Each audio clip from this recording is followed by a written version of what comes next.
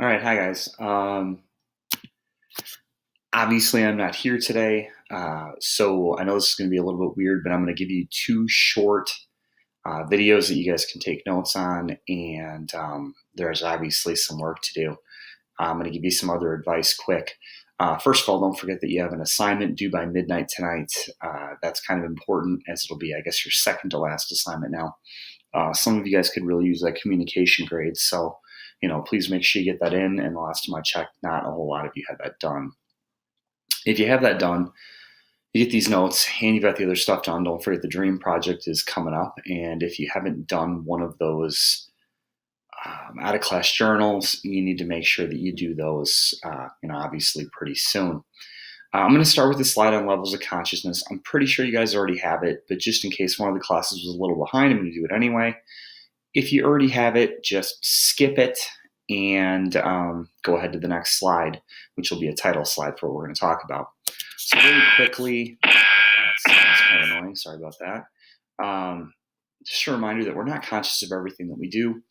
There's been lots of times in my life where I hear my own voice coming out of my mouth and then I go, oh crap, did I really say that?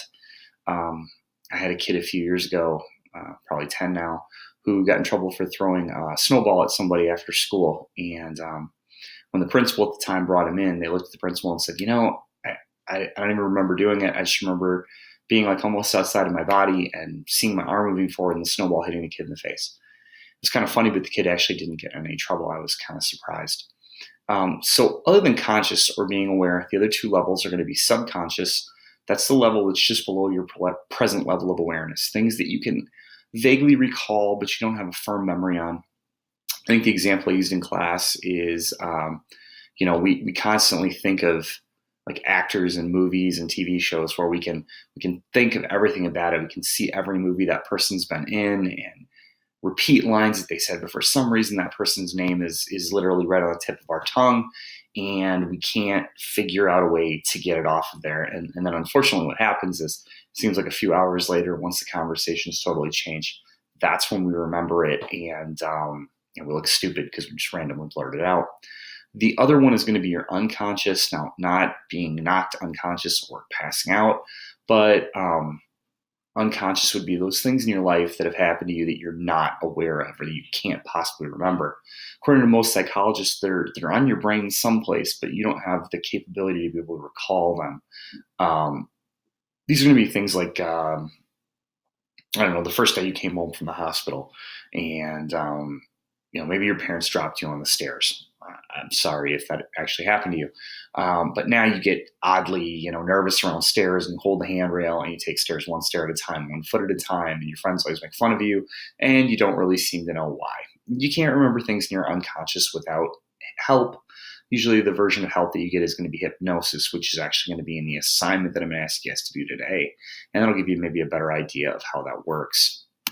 Now, the next section that we're going to focus on in the last section of this video is on biological clocks and circadian rhythms. Something that's really important to everybody, something that you all have. You might be vaguely different, but generally speaking, most people are pretty close to the same in a couple of aspects on this at least. Okay, so, kind of important. All right, so we're looking at unseen forces and things that have control of your life that you maybe don't necessarily think of, and some that you do, some that you are very aware of. For instance, the light and dark cycle that you see in this little picture here. We're very aware of the fact that for most people, we're awake when the sun is up, and that affects the way our brain works. And when the sun goes down, we sleep, and we're fairly aware of the light-dark cycle as far as it goes with like when we wake up and when we go to sleep. Now, stop spinning. Okay.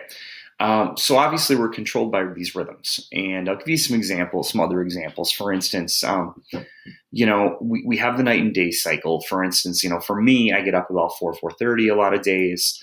Sometimes I can do that without an alarm clock, and usually about 10 to midnight, I start to get kind of tired.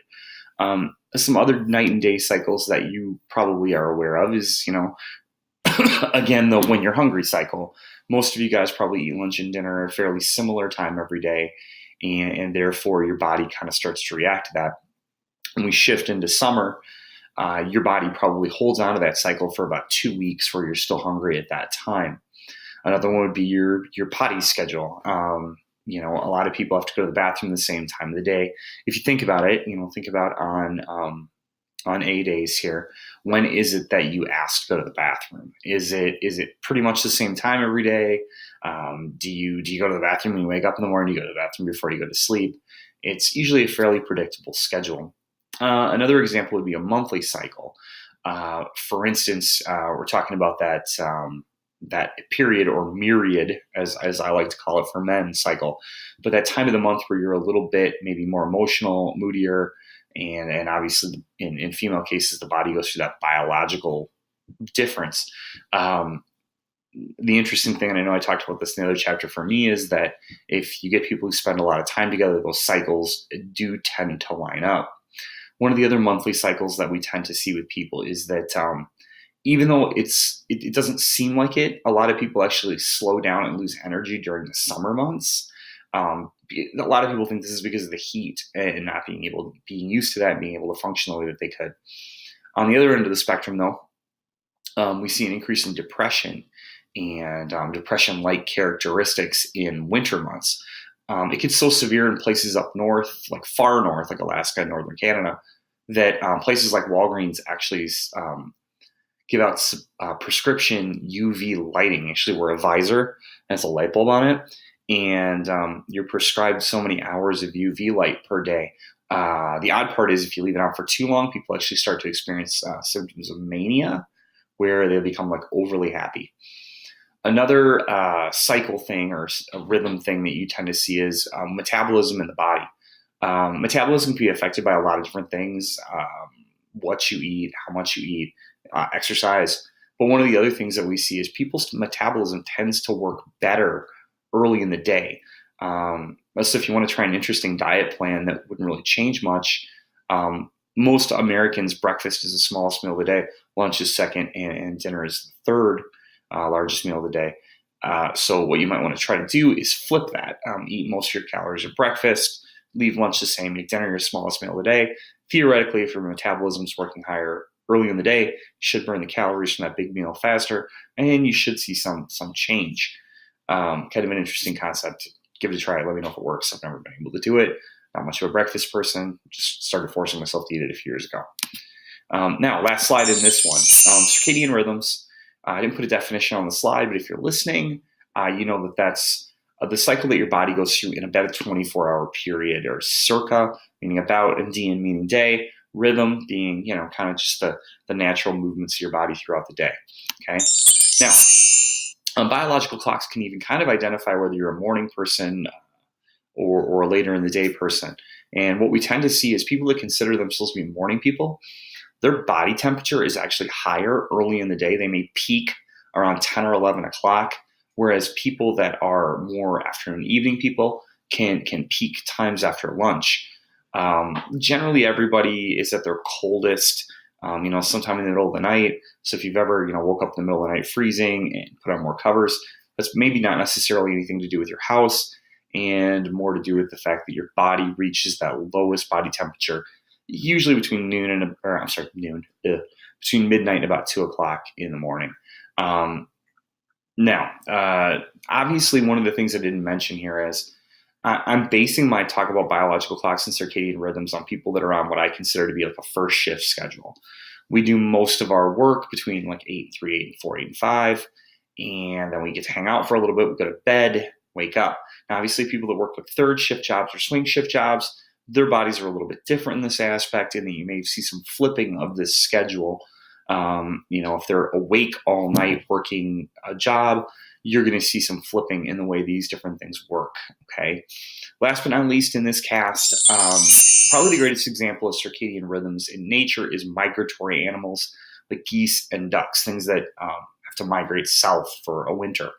And realistically, what people usually think is going on there is that those animals are responding to like the hot and cold or even the food supply. Realistically, they're responding to changes in the light and dark cycle. They require so much light to function. Now, obviously, we have an exception to the rule in Marshall in some communities, and then we have open water and people that are willing to feed ducks and geese. So we'll have birds that will stay here all winter. But generally speaking, what happens is, like, for instance, Canadian geese, once they start to get to a part of the day where they're not getting